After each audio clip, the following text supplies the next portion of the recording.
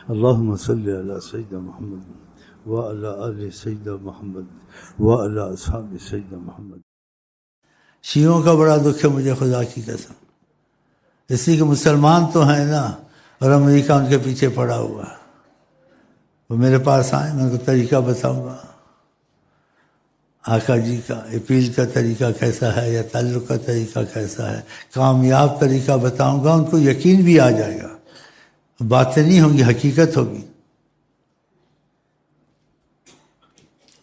امریکہ نے ادھر بھی دخل دیا، تمہارے ملک میں کتنی مصیبت آنے والی ہے یا آئے گی یا آ چکی ہے جی، ہر جگہ اپنے قدم جما رہا ہے۔ اور ایران کو سب سے بڑی ایک مصیبت ہے، یہ صحابہ کو گالی دینا چھوڑے، آقا کی ناراضگی دور کریں، باقی سب خیر ہے، میں دخل دوں گا۔ یہ میرے پاس آئیں ایرانی، ان کی آیات اللہ آئیں، جتنے بھی آیات اللہ، میں تو سوال جواب کروں گا کہ قرآن کے حساب سے حدیث کے حساب تم کیوں صحابہ کو گالی کھلا کیوں نہیں بولتے ہو؟ میں کھلا بولتا ہوں۔ ان کی ناراضگی کو دور کرو، پھر تم کوئی وسیلہ آقا جی کو بناؤ۔ تم آقا جی کو دکھ دیتے ہو، ابو بکر کو گالی دیتے ہو، عمر کو گالی دیتے ہو، عائشہ کو گالی دیتے ہو، یہ تم کو خدا لعنت کرے گا یا رحمت کرے گا؟ ان الذین یؤذون اللہ ورسولہ، جو اذیت دے اللہ کو ورسولہ، حضرت مصطفیٰ کو اذیت دے، لعنہم اللہ کا لفظ، خدا کی لعنت ان پر آتی ہے۔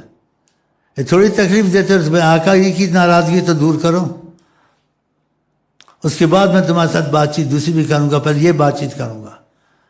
ایران سارا شیعہ ہے، لیکن آپ بات ہے ایک چیز اختلاف کی ہو ہمارے تمہارے درمیان میں، اس کی اہمیت ہے یا نہیں ہے وہ اور بات ہے، ہاں جی، لیکن ایک اختلاف رسول اللہ سے، یہ تو بہت بڑا عذاب ہے خدا کا۔ ان کو تم چاہتے ہو اللہ تمہاری مدد کرے تو رسول اللہ کو تکلیف دینی چھوڑ دو۔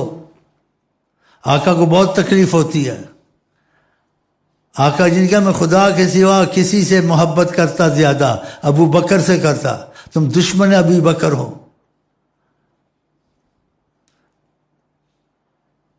صحابہ کھلی باتیں سب کو پتہ ہے، اس لیے دہرانا وقت جاتا ہے جی۔ پہلے ناراضگی دور کریں، پھر امریکہ کا مقابلہ کریں۔ مسلمان کی اتنی قیمت ہے کہ بد دعا اس کی نکل جائے ساری دنیا ہلاک ہو سکتی ہے۔ ایک صحابی سے ایسی بد دعا نکلی، وہ کتا گزرا سامنے سے، اس کے منہ سے بد دعا نکلی، ہلاک ہو گیا۔ آقا ان کے جو کلمات کیا ہے کہ تم نے بد دعا کی ہے، اگر تم زمین آسمان والوں پہ بھی بد دعا کرتے سب کو لگ جاتی۔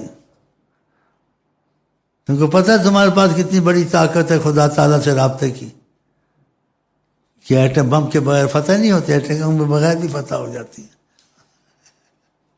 ہاں، ایٹم بم بنا، کیا کیا ایٹم بم بنا کے؟ باقی اسلحہ کا قرآن میں آیا تھا، ان کے مقابلے میں تیاریاں رکھو، یہ رکھو، لیکن اس کے باوجود خدا نے کہا تیاریاں رکھو، لیکن فتح نہیں ہوگی جب تک ایمان بھی تمہارے ساتھ نہیں ہوگا۔ ایمان نہ ہو تو اس تیاریوں سے کیا ہوتا ہے؟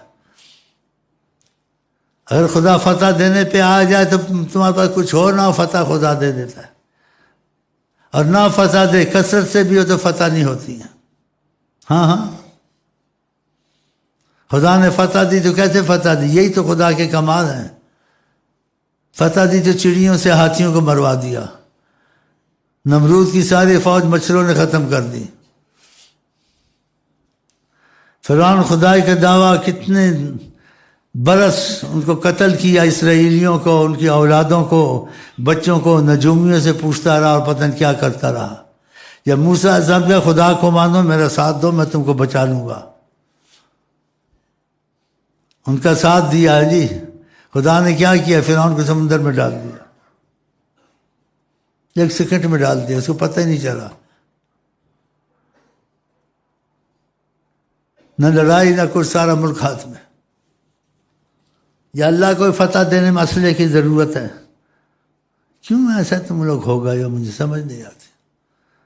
واللہ مجھے بہت یقین ہے اللہ پر اور حضرت محمد مصطفیٰ پر، اور یقین ایسے نہیں کوئی کتاب پڑھ کر یا سن کر، وہ تو سب کے پاس وہ یقین ہے خیالی، میرے پاس خیالی یقین نہیں ہے، حقیقتاً یقین ہے۔